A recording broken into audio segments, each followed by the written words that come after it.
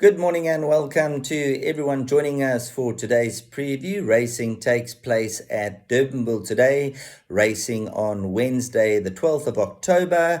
Only a 7-race card, so let's get straight into the action and we'll give you the race by race selections. Kicking off in race number 1, which is due off at 1:30, 13:30 over 1600 meters. Durbanville, the country course. We'll be going with number 4, Fleeting, as our first selection. Well drawn.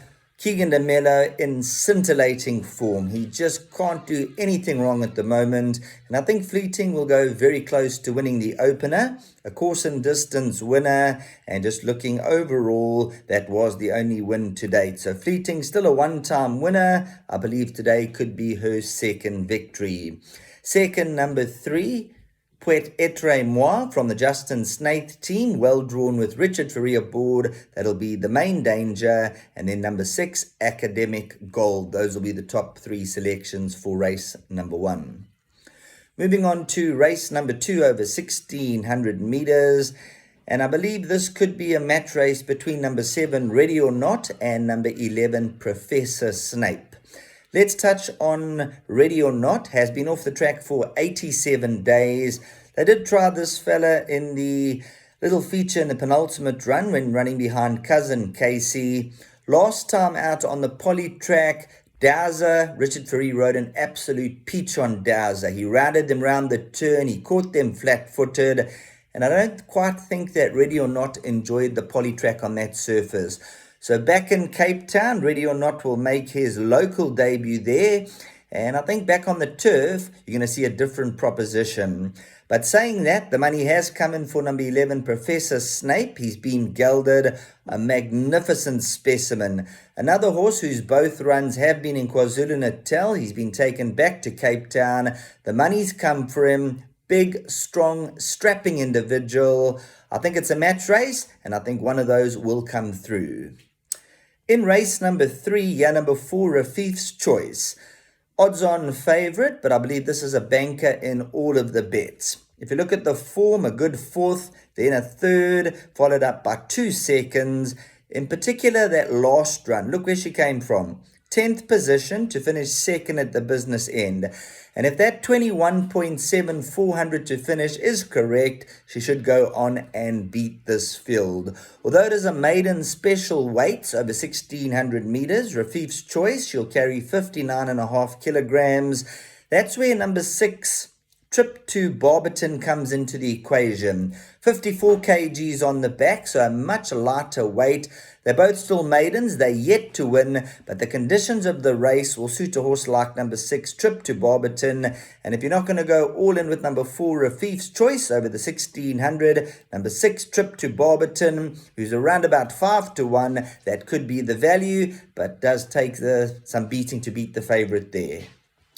As we move along to race number 4, and in the 4th race, I can't give you too much confidence. Number 4, Future Turn, trading at around 28-10 and 3-1. Super consistent, yet to miss the frame. Second to Mucho Dinero last time out. Has been a beaten odds-on favourite the last 3 runs. So what I would suggest is have 2 bets in the race. Have a bet on Future Turn at around 28-10, 3-1. But back it up with number 2, Quasimodo. This is the stable companion, Grant van Niekerk. And once again, being a maiden special weights race, you'll see that number 4, Future Turn, carries 58.5, whereas number 2, Quasimodo, 53.5 from a neat draw. And you can get a decent price about number 2, Quasimodo, around 11-2, maybe 6-1. That could be the value in the race. Take some swingers and exactors, and you be the judge which horse you'll be sticking your neck out on. In race number 5, I'm not going to get too in-depth here. I believe this could be a field race. Number 1, Bayview Express, far better than the last run suggests, so draw a line through that effort. You got number 2, Galactic Path, looking for another win on the bounce, just continues to climb the ladder. Number 3, I Wanted All, The Futurist, Arctic Drift, Lion's Head. So I'm not going to dissect the form, go the field in race 5. In race number 6, I believe that number 4, Champion Warrior, he'll be the horse to beat.